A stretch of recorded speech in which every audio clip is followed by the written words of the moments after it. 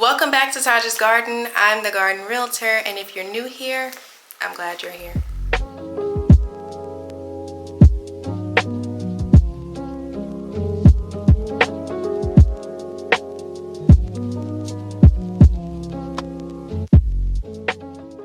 Today we are going to be diving into companion planting. What does this mean? Companion planting is the idea that certain plants work well together, often deterring pests or enhancing plant growth or even the soil health. The thing is, most of those traditional companion planting ideas that we have been taught are not scientifically proven to be effective. And there are also some sayings that certain plants hurt each other. Not all of those are scientifically proven either. So we're going to talk about both myths and truths when it comes to companion planting based on my experience last season. The first one we're going to talk about are carrots and onions. I planted onions with my carrots last year because carrots are said to be able to loosen the soil for your onions, and the onion scent is supposed to deter the carrot fly. Did it work? Kinda, but not really. My onions ended up getting spider mites, which was weird because when I looked into why my onions got spider mites, I couldn't find any information on that. Everyone always says that the scent of the onion deters basically everything, but that's not true.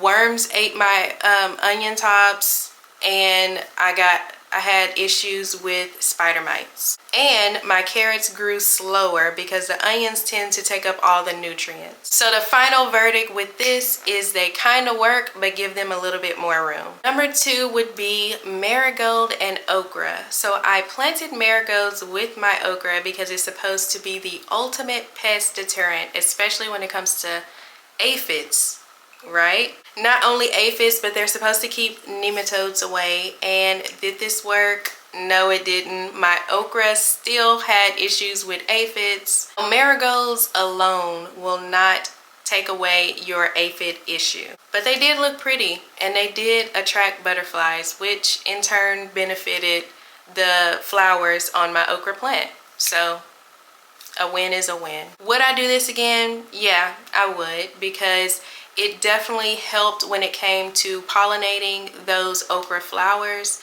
and it was just really pretty.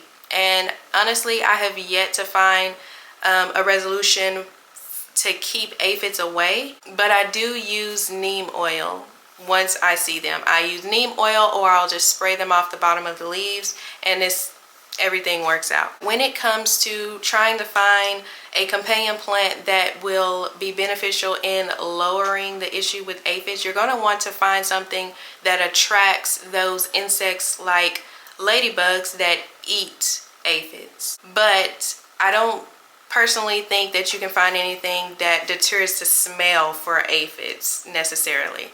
It will be more about it just attracting those predators for the aphids. It will be more effective when you're looking at the issues that a certain plant will likely deal with later on, or the pests that might be attracted to that plant, and you might want to plant something next to it that would deter it. Something like a sacrificial plant, something that you're okay with that pest eating, and they'll tend to eat that instead of the main plant that you're wanting. Or you can use a plant that attracts the predators of that pest that you're having an issue with. The third one would be alyssum and collard greens. I grew alyssum with my collard greens, and they actually attracted the ladybugs, and ladybugs eat aphids. So I did not have a lot of issues with aphids with my collard greens. They were still there. They were still there, but they were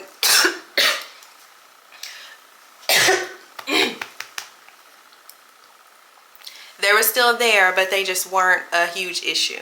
So no downsides to that combo.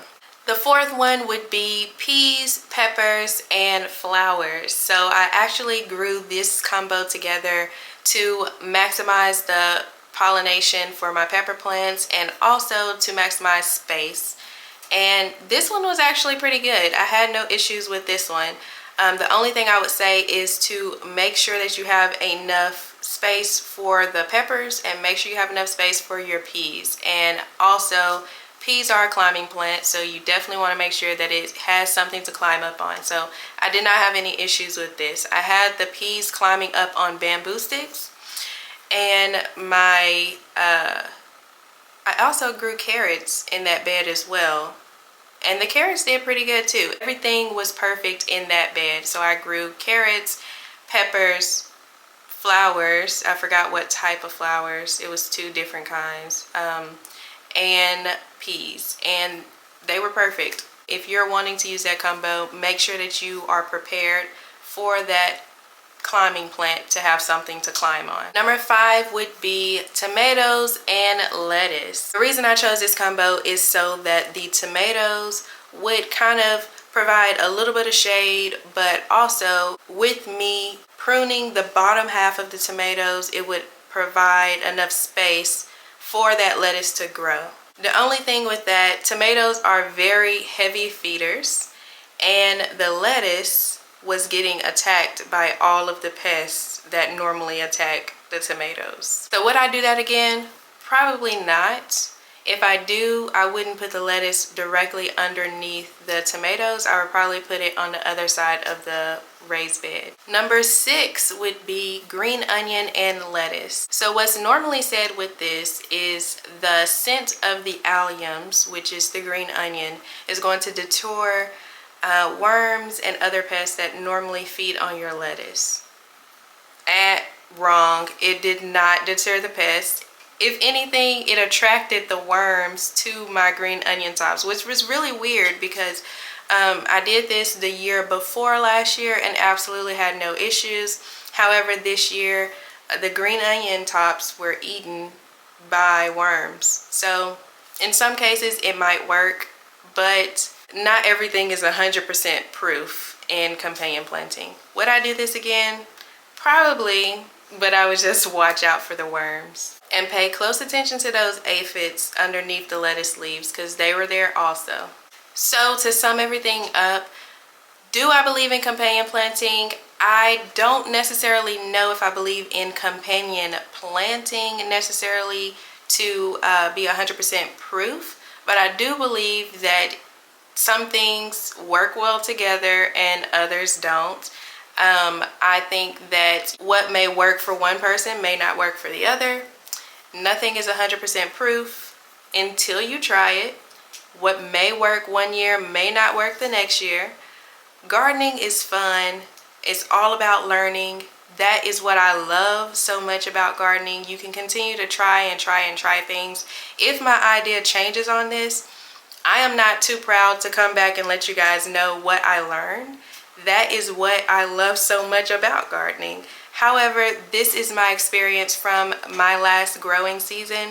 So I'm curious to know what you guys have experienced with companion planting. If you guys have any ideas you'd like me to try or any videos you'd like me to do, comment down below. I'd love to hear from you. If you haven't subscribed, please subscribe. Please hit that notification bell so that you don't miss any of our episodes. I post these videos every Monday and I absolutely love hearing from you guys. I'd love to grow this channel. My next goal is 1,000 subscribers. So please, please, please send this to everyone that you know and tell them to like, comment, and subscribe. And I'll see you next time.